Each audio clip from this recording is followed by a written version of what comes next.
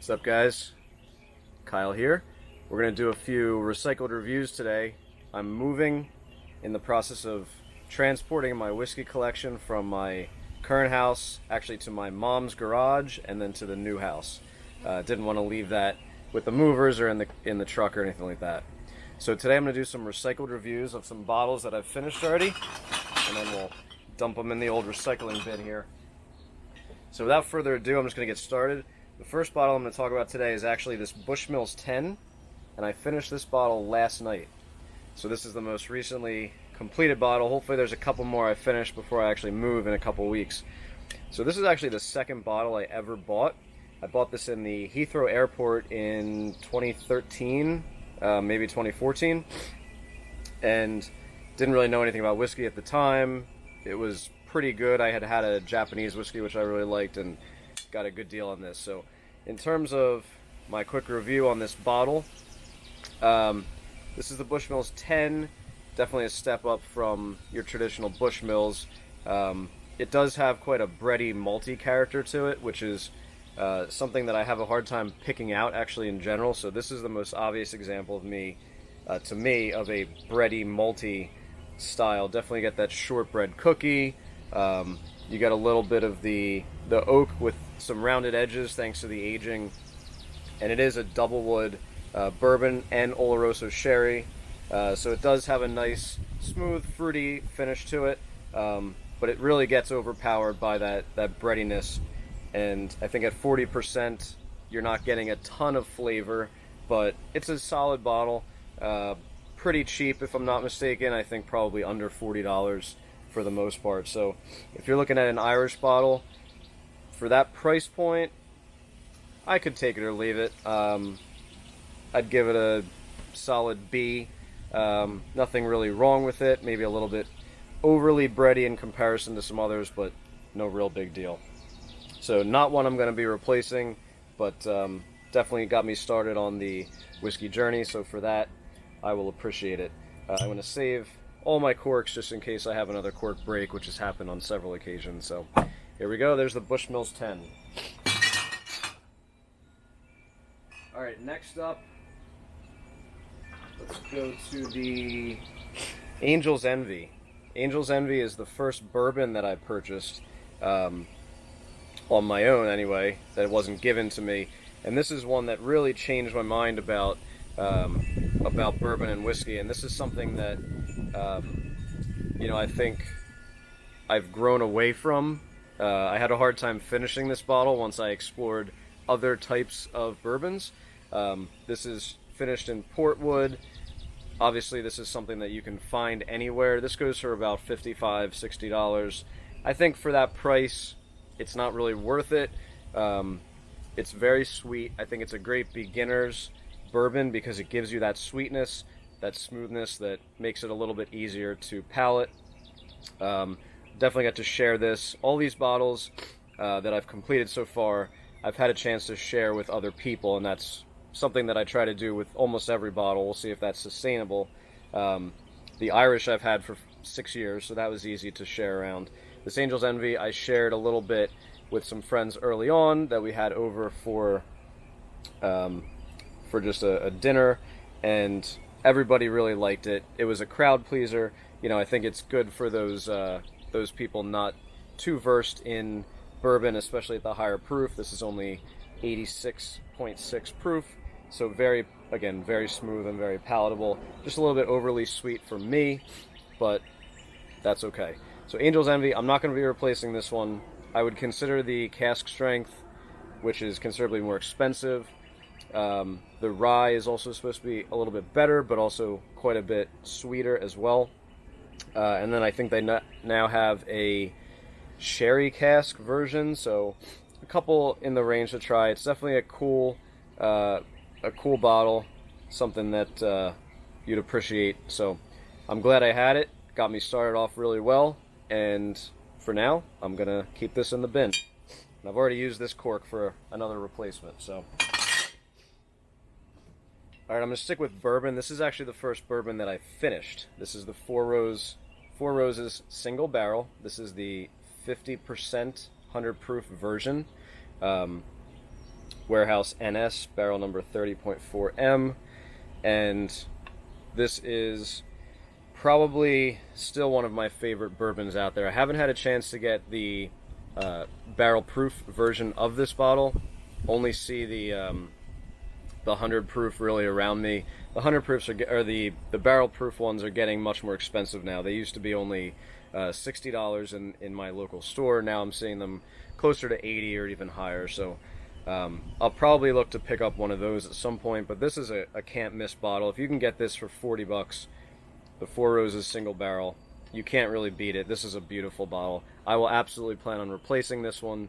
Again, either with the 100 proof version or possibly with a cask strength if I can find it for a good price. So Four Roses, first bourbon I ever finished, so that says a lot. Sticking with the bourbons again, Maker's 46. I got this one also pretty early on. This one I just finished at Easter. We hosted Easter. I had some family over. They were helping to finish off this bottle.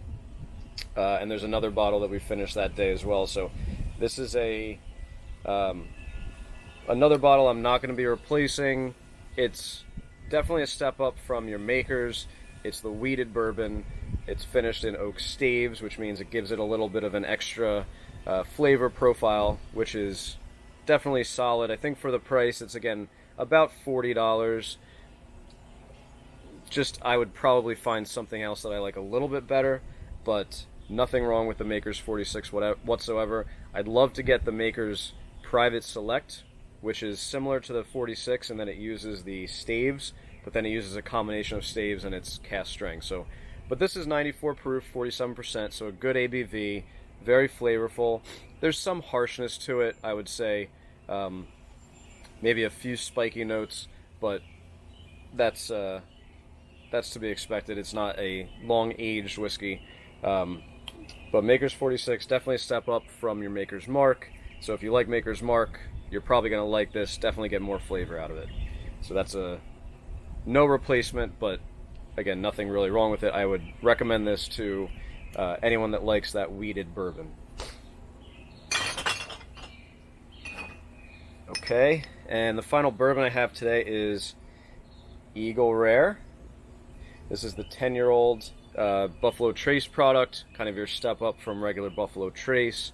I have already replaced this bottle, so there you go for that one. This is one of the easier drinking bourbons that I've found. This is one that definitely is a crowd pleaser. This is bottled at 45%, so it's not too heavy, but it has that a little extra ABV bump to give it some flavor. So Eagle Rare is one that obviously is very popular. You get your 10-year age statement, Buffalo Trace product. It's even hard to find in many places, which is the unfortunate state of the bourbon industry right now. So that is what it is, but if you can get this for a reasonable price, again, under $40 usually, I think I paid like $33, maybe $35. You can't really go wrong. So will I replace this? Yes, I already did. I found, I just picked up another bottle. Haven't opened the second bottle yet, but Eagle Rare is one that you can't go wrong with. Highly recommended. Alright, so we already had the Bushmills 10. I'll go back to Irish for a second. This is Green Spot. Green Spot is probably still my favorite Irish that I've tried, and I have, I want to say, 10 bottles of Irish whiskey now. This is the only one that I've finished. This is the first one that I finished as a whiskey collector and advocate or enthusiast, if you will. The Bushmills, of course, I had just gotten so long ago. So Green Spot, again, I got a chance to share this with my father-in-law, with some friends. We had a little bit of a shoot-off with the Green Spot, the Turkinol 16, and the... what else did I put in that combination? Can't think of it at the moment. Anyway, this one came up on top against some more expensive and higher age statement whiskeys. This is one of the most unique whiskeys that I've had, bar none. It has a flavor profile that's really kind of unmatched by anything else.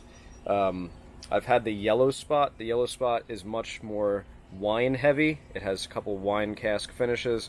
The green spot is very light, very pretty. It's only 40%, but has a ton of flavor. You get some tropical fruits, you get some coconut, which is very unique. Let's see what the actual bottle says. Full spicy body, hint of cloves, along with the fruity sweetness of green apples, rounded off with toasted oak. There's a lot more going on than that. You get a lot of fruits, a lot of tropical notes, and I think for the price, especially compared to the yellow spot, this is a winner, no question. Again, about $65 for this one, but easily available, easy to find, and highly recommended. So I do plan on replacing this. Keep the cork, and green spot, can't go wrong. I have not tried either of the wine finish versions of this. I'd be curious, but I didn't like the yellow spot as much, possibly due to that wine finish, so I think I'll probably just get myself another green spot at some point. Forgot to take the maker's cork off. It's worth keeping those. Alright, now moving into Scotch, I have 3 bottles to share with you. First Scotch I ever finished was the Highland Park 12, right here. And I actually bought this at the same day as the Four Roses single barrel, so that was a really good purchase for me early on in my whiskey journey. This Highland Park 12, a lot of people are kind of bashing on Highland Park for their marketing, which I understand, but in terms of a well-rounded whiskey that, again, is very much a crowd pleaser. I've had friends drink this that really enjoyed it. In fact, I finished this bottle while I had 2 of my friends over, so they really helped, kind of kill the end of this bottle here. But you get your honey, a little bit of peat, a little bit of sherry. It's right in the middle of that malt map. You're getting a lot of the different flavor profiles in one bottle. Very affordable. I think you can get this for under $40 or about $40. So again, if you haven't tried this yet, you may be put off by the marketing or anything like that. I highly recommend the 12. I have the 18 also, and the 25. I haven't actually tried my 25 yet. I had a sample of it though. And this one, I think out of context, if you're just drinking this by itself, it's perfect. I mean, there's really nothing bad to say about it. If you compare it with the 18 and then with the 25, obviously those really shine in comparison. But I think for the price, this is about a quarter of the price of the 18. It's really a no-brainer. So if you like any bit of Scotch at all, you'll get a little bit of peat, a little bit of sherry, and you can explore those directions even further after you try this bottle. So Highland Park 12, will I replace it? I don't know. I have a lot of Scotch, but I would buy it for a party or something. So can't go wrong with that one. Keep the cork. Alright, next Scotch I finished was the Talisker Distiller's Edition. This is a 10-year-old. It doesn't give you a 10-year-old age statement, it just gives you the distilled and bottle date. This is the 2005-2015 variety. So this is essentially just the 10-year-old Talisker, but finished in Amoroso cask wood, and just has that short sort of sherry finish at the end. So this is another one that you really get a little bit of peat, a little bit of sherry. It's a really good balance. I paid more for this than I should have. I think I paid like almost $90 for this bottle. I think since then I've seen it for $60 or around there. So if you can find it on the lower end of that price range, $60, $70, it's well worth it. Talisker 10 is about $45 or $50, so a little bit of a step up. I think it is worth it.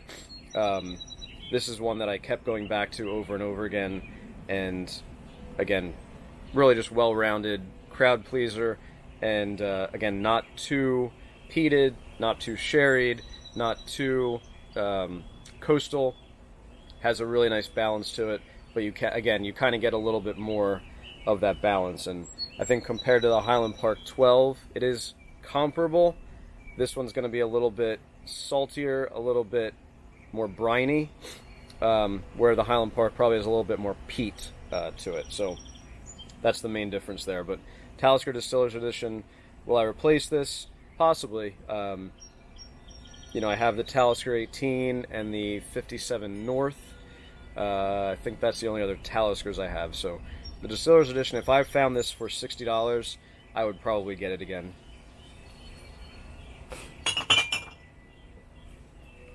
Alright, last but not least is actually the first Scotch that I ever bought, and this is the Balvenie 14-year Caribbean cask. I got a sampler pack from Balvenie early on in my whiskey journey, about January of 2018, and it had the 12 Doublewood, the 14 Caribbean cask, and the 17 Doublewood. The 14 was by far my, well, not by far, but it did come out on top out of those samplers for me, so I really enjoyed that one. Got myself a full bottle. I think it was about $67 on sale. Sometimes it's closer to $75. This is one that, first of all, it's a gorgeous bottle. I've come to really love everything from Balvenie. They're definitely one of my favorite distilleries, but this is one that started it off for me. Again, I think similar to the Angel's Envy, it was a great first bottle because it was very approachable, very smooth and sweet. I think over time, I lost a little bit of favor for it. I think it just got a little bit, it was just a little bit too sweet for me, but definitely get that vanilla, that honey, and then that rum cask sweetness to come through. So this is a really good bottle. This was also finished on Easter. I had a lot of family that really enjoyed this one. So again, for casual drinkers to enjoy a bottle of Scotch neat, I think that says a lot. So this was my first bottle of Scotch that I bought as a full bottle, and one of the more recent ones that I've finished. So again, will I replace this one? You know, probably not anytime soon, but I would recommend this one to a lot of people that haven't tried it yet, and I will obviously continue to advocate for Balvenie. I have quite a few of their bottles now as well. So Balvenie is a wonderful distillery. You get that, you kind of get that traditional Scotch double cask type profile. This one obviously has the ex-bourbon and the rum casks. So to try something a little bit different, there's a few more rum cask offerings out there now, Ardbeg Drum and things like that, but this is one that's easy to find, reasonably priced, 14-year age statement, 43% ABV, so not a very high ABV, but yeah, I just don't think Balvenie does too much things wrong. So excellent bottle. And that's going to conclude my recycled reviews for today. Again, this is Kyle signing out. I'm going to be, again, moving over the next few weeks, but hope to do more whiskey reviews, recycled reviews, or otherwise in the future. And we'll be able to talk a little bit more about some of my experiences on my whiskey journey, and I hope you follow along. So with that, have a great Father's Day. It is a Father's Day. Happy Father's Day to everyone out there. Hope you have some good Scotch or some good whiskey out there today, and I will see you next time.